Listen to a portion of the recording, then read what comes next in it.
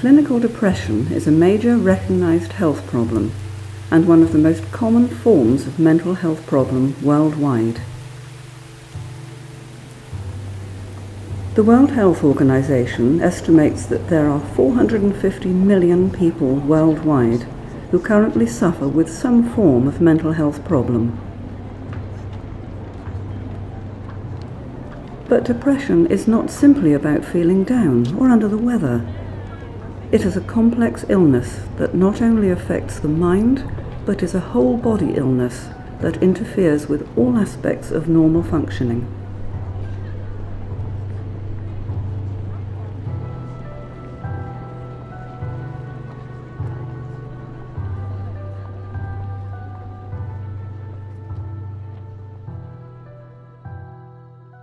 When somebody becomes depressed, that's always got a history to it. It's not just a kind of chemical imbalance that just happens to occur. It's because someone's somehow not been able to live the life that they want or need to live, and there are lots of reasons why that could be. They could be stressed, they could be unhappy in relationships. There could be all sorts of reasons which we then look into, because I believe that depression is a way of the body and the mind together signalling to a person, this way you're living isn't sustainable, so you need to understand what's going wrong and find ways to actually improve your life. Depression is not ageist, sexist or racist, and it is likely that we all know someone who is a sufferer or who has suffered with depression at some point in their life.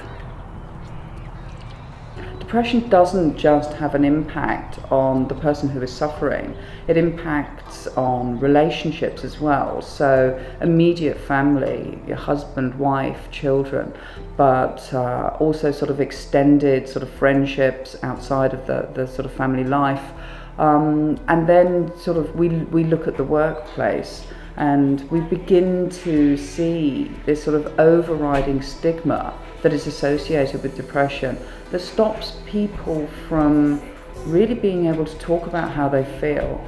And if we don't talk about how we feel, then we are not going to be able to seek out the best treatment options.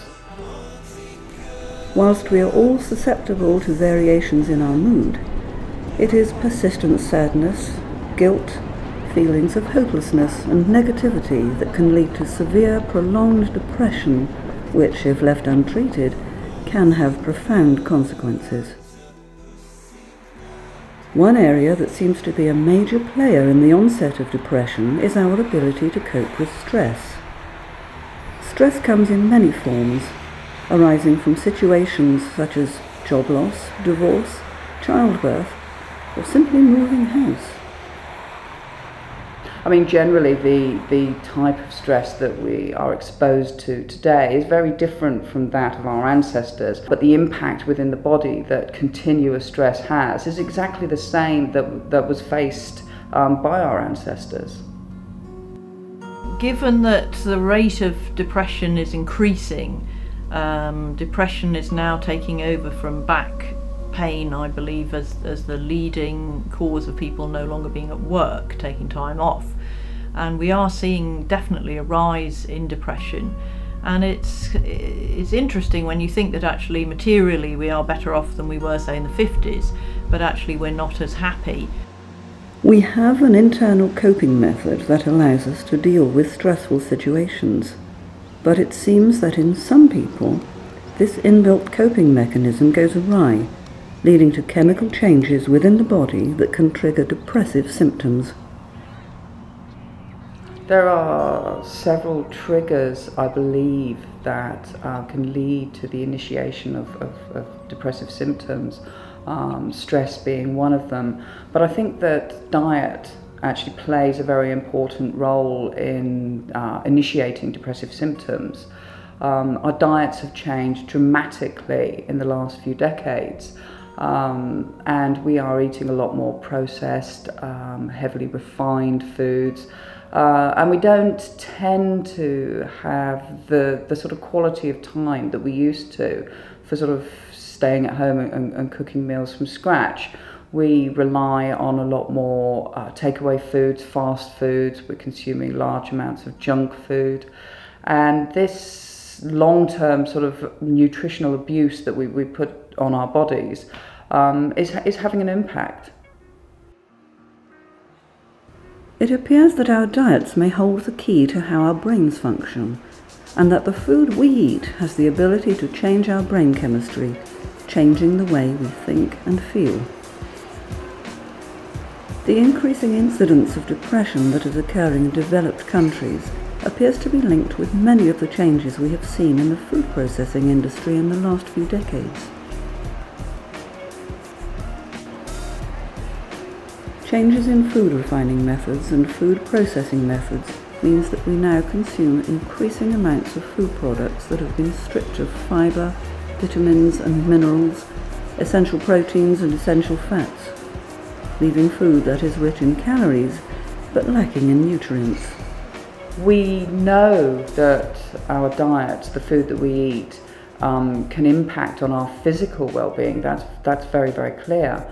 However, what doesn't seem to be so clear to people is that the food that they put into their bodies really does impact on their mental health. However, one of the most profound consequences of modern food processing is reflected in our consumption of specific fats called essential fatty acids.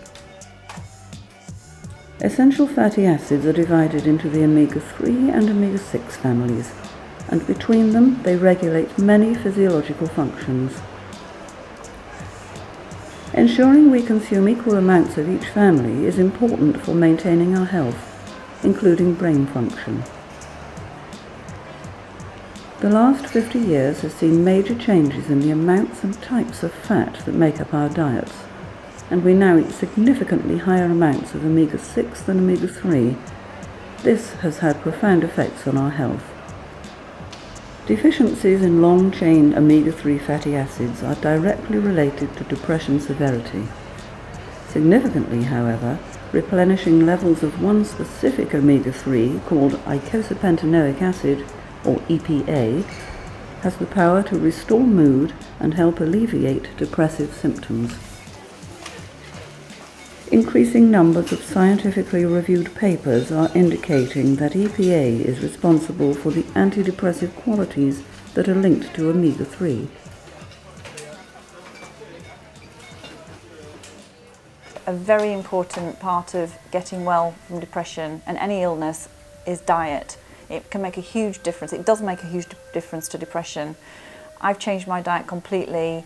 I get my fish oils through my Vegepa because I don't eat enough fish on a daily basis. I don't have access to fish on a daily basis, and it makes me feel a lot better. If you actually pull all the data from all the studies that have been performed in the last 20 years or so, and look at them as a whole, you can get a very clear picture on which actual fatty acid is responsible for the antidepressive actions of that product. You can get a clear picture of exactly how much long-chain omega-3 you actually need to take within a supplement, and you can get an idea of how long it is before you actually will start to see benefits.